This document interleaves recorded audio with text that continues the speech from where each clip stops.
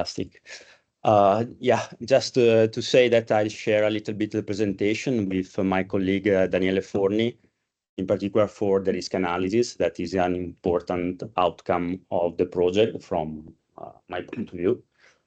So my presentation today is going to discuss the multiple benefit analysis, and the tool that we have been developing in the project is for sure an important part, because we want to show the company that an investment in energy efficiency is just not energy efficiency, but is a strategic, efficient way to business their values, to improve their business. So there are a couple points that I would discuss. So the first one, as I told you, I will discuss the multiple benefit approach because it's the core of our project. As probably other speakers said, it's not a new project. It's based from the DEESME project. And from that project, we apply the main structure, but for sure we apply some improvement. And I would show which are that improvement that are in mainly described in the point 2. So for the cost benefit analysis, we enhance the economic analysis. And also we connected the economic analysis with risk analysis that is able to show which are the risks connected to an energy efficiency investment and which are the effect that risk could have in financial KPIs mainly. The third point is a more theoretical point, but we are working tough on that point because we are really connecting the point on this energy efficiency measure. We have multiple benefits, and we want to connect these two main topics in terms of sustainability, in particular in terms of reporting the sustainability, because nowadays having a sustainability that improve, it is also a meaning that the company is boosting their competitiveness in the market. So from our point of view, this third point is really a point where we are trying to connect in the dots of the project. And in order to reporting fully the sustainability, we are going to develop a simplified GHG calculator. We have already developed, some other details are required, but we are in a good state. So moving to the first point, as I told you, I would briefly discuss the DEESME approach, because it was then applied to our companies, to our energy audits, to our energy management system during the project. I would start with the goal of the project. I also took part of the project and finished in 2023. That was improving the energy efficiency measures adoption to boost overall the business for, in particular, SMEs. Here, from my point of view, there are two kinds of matters that really count. First of all, SMEs. So we are dealing with SMEs. So it's not easy to deal with SMEs, as we discussed also before. There are two main challenges that I highlighted here. So first of all, energy efficiency typically is seen as a burden. Just something to complain, just something to perform an energy audit, but it's not something that SMEs see them as a strategic driver for them. When we find some SMEs that are really interesting in energy efficiency, they are just saying which are the consumption, how can we reduce the consumption in terms of energy, which are the related costs that could be cut, but are not seeing the wide, we can say, strategy nature that there is behind energy efficiency measures. So in order to do this, and in order to boost the overall adoption of energy efficiency measure, it's necessary to prove at the management of the company that the energy efficiency measure is strategic. For doing this, is necessary, as we can see on the right of the presentation, there is the 4-stage methodology for energy audit that was developed in DEESME. The first, my point of view of ingredient, is for sure the technical part. So understanding which are the measures that we have to to suggest to the company.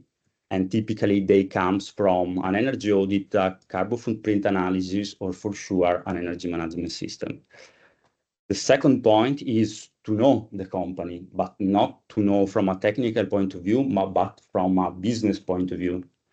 Understanding which are the priorities of the company, the context in which the company is moving, the legislation that is obliged to follow, and for sure also know which are the costs for the companies.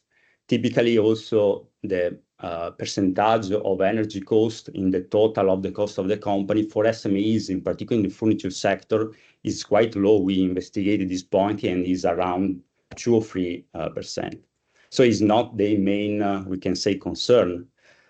But our project is built to, we can say, see this as a strategic, that has a strategic nature for the company.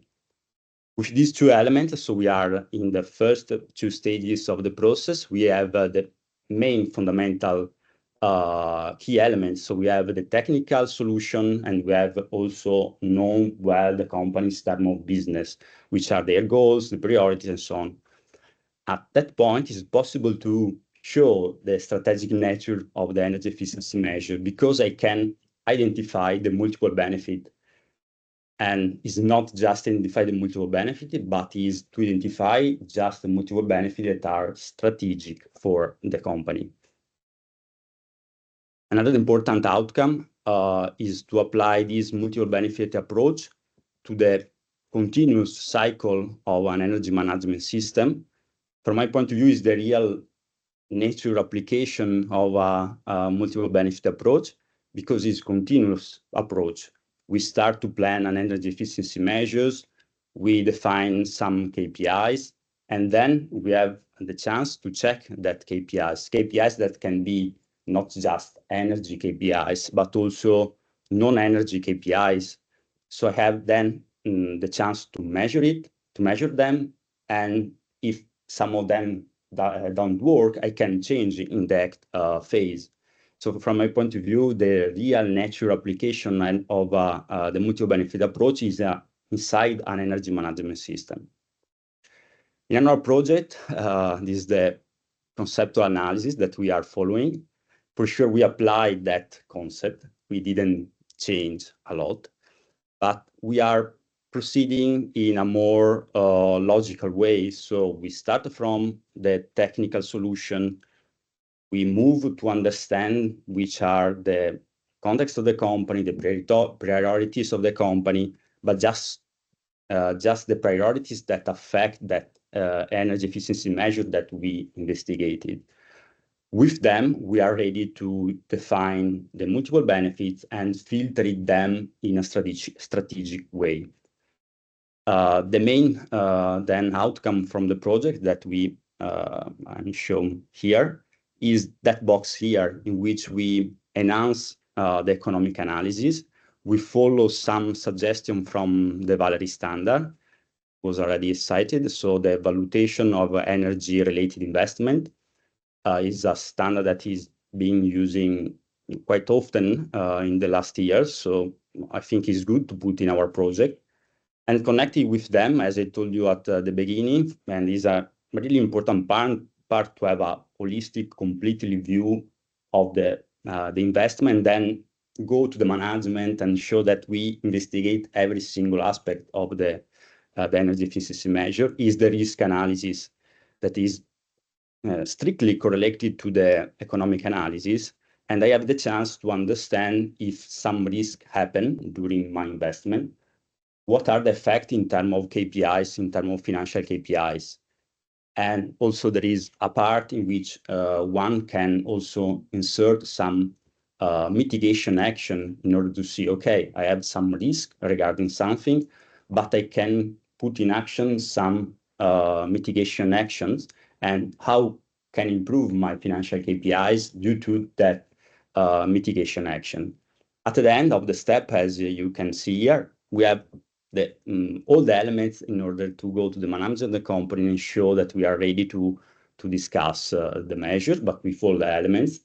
For sure, we cannot push this part because the investment decision is a part that is the company part. Briefly, in this slide here, just show that some technical step that we are following and that comes from the DEESME project. As I told you at the beginning, okay, it's important technical part, but it's also important to understand the business of the company, which are the goals in the future for the companies. Also in terms of sustainability, using tools as the model Canvas in order to understand if there are some areas in which sustainability affect them and work in that area in order to improve sustainability. Because as I told you, sustainability is also pushing the company to be more competitive in the market from my point of view.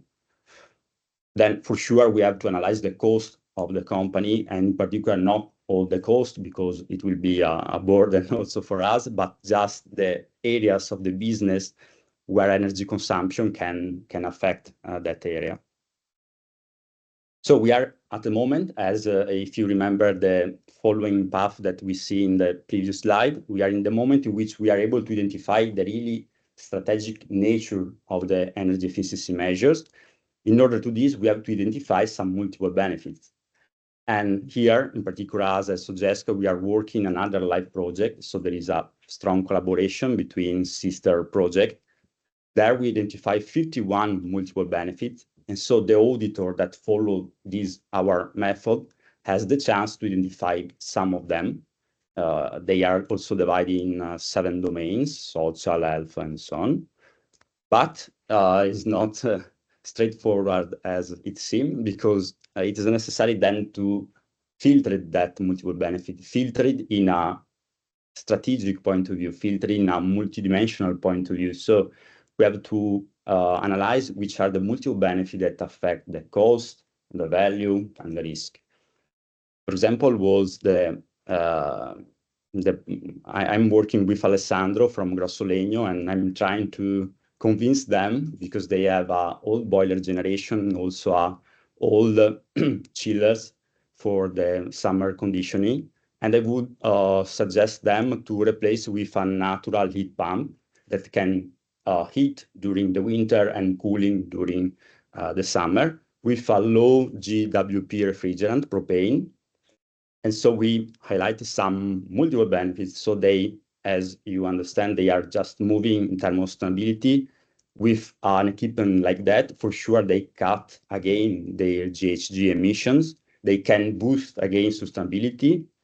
For sure, also they can lower a little bit the cost of the maintenance, for example, but they are afraid because typically a heat pump is a much more complex system than a boiler generator. So they are a little bit threatened that could not be then able and to maintain the new heat pump in all the condition.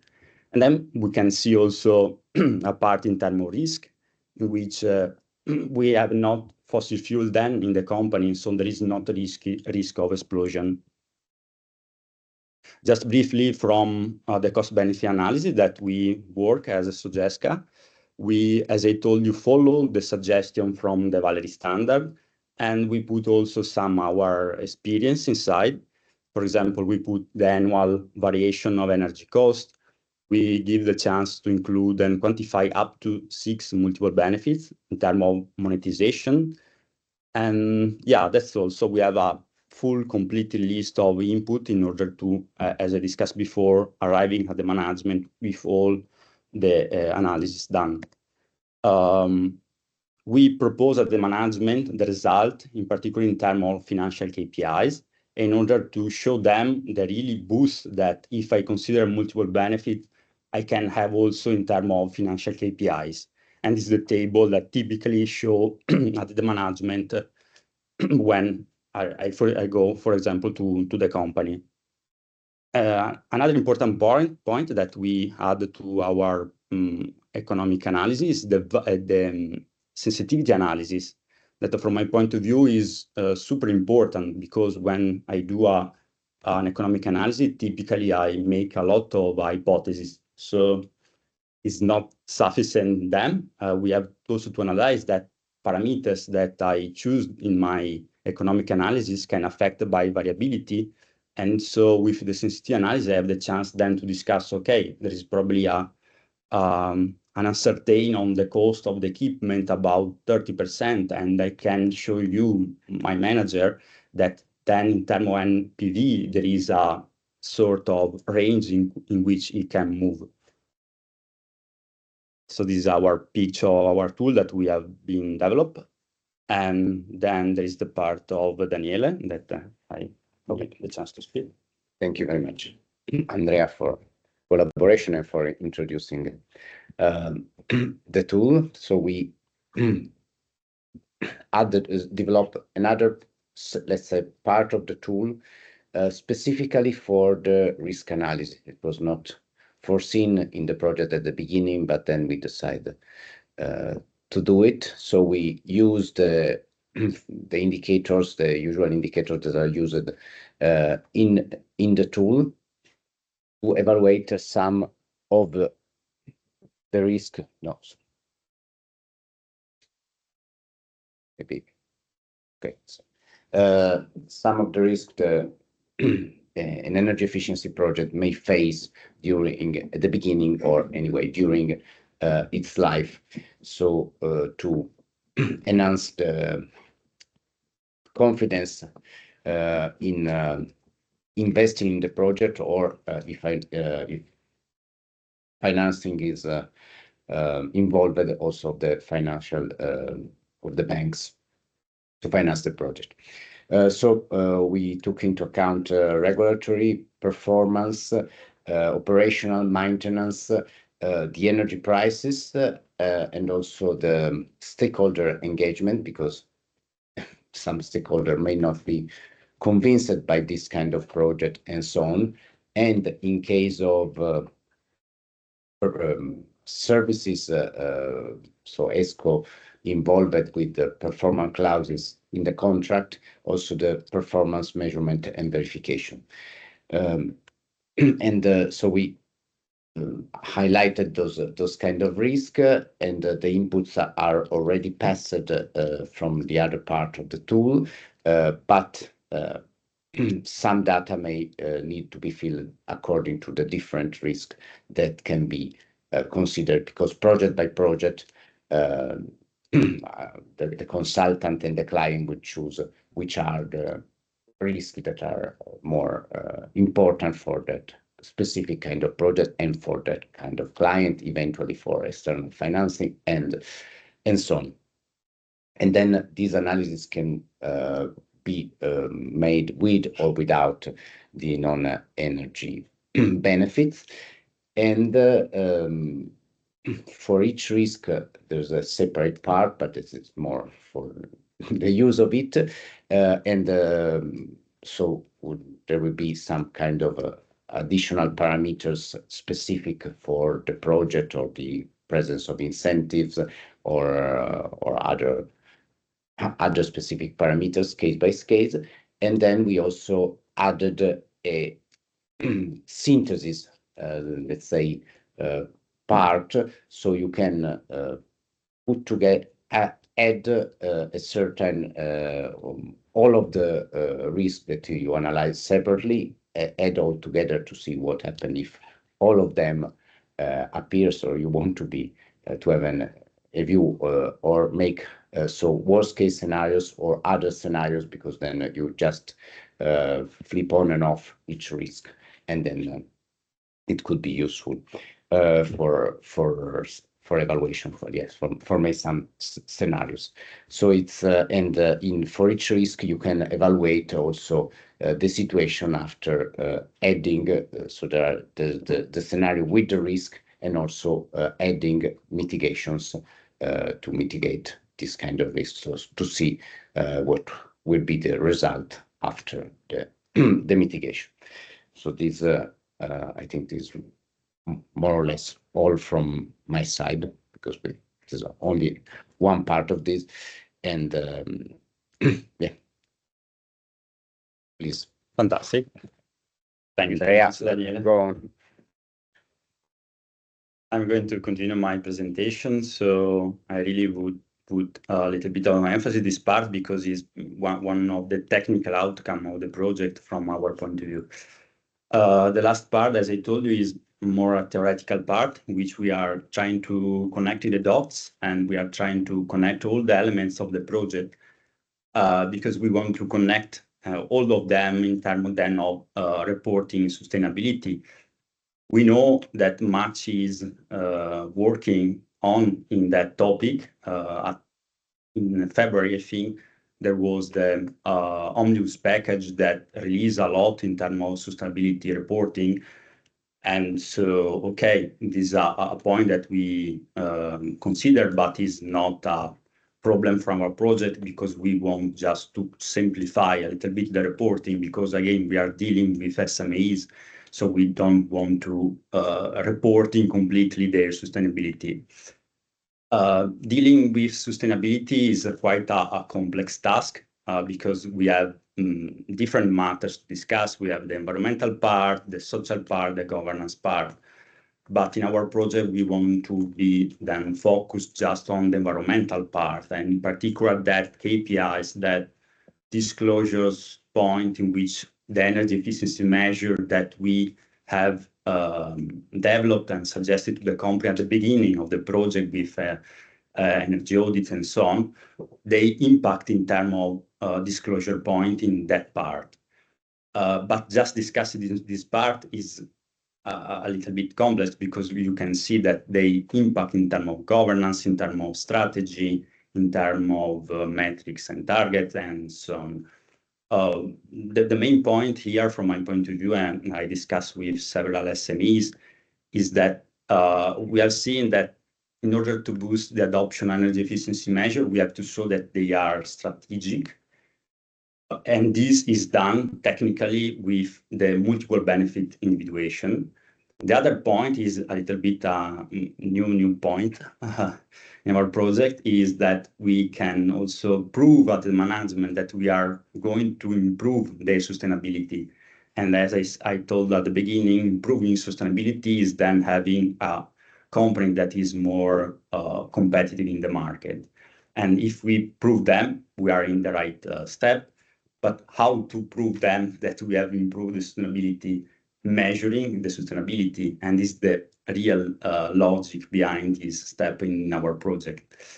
What we want to do is dealing with some disclosure point, and in particular, all is connected with strategy.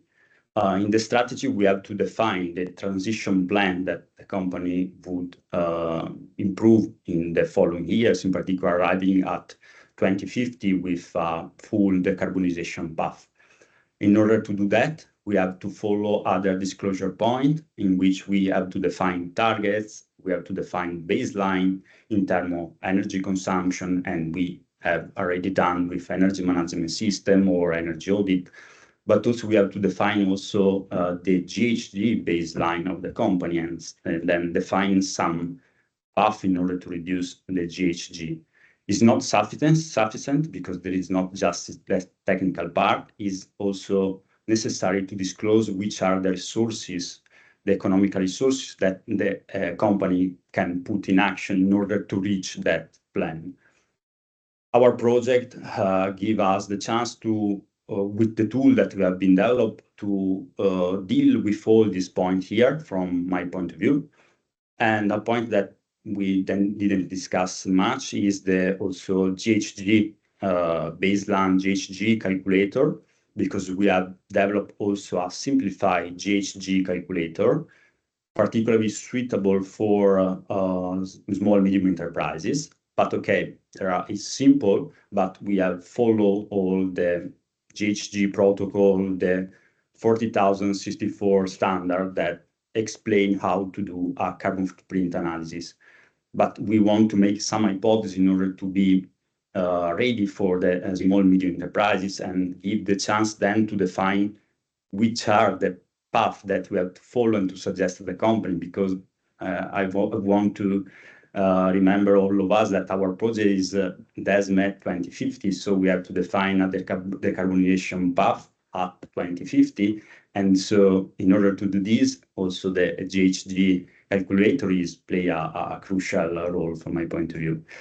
And with this calculator, we have here, as you can see, the chance to disclosure the point E14 of the environmental part for the sustainability reporting. And that's all for our presentation. And thank you so much for having me here. And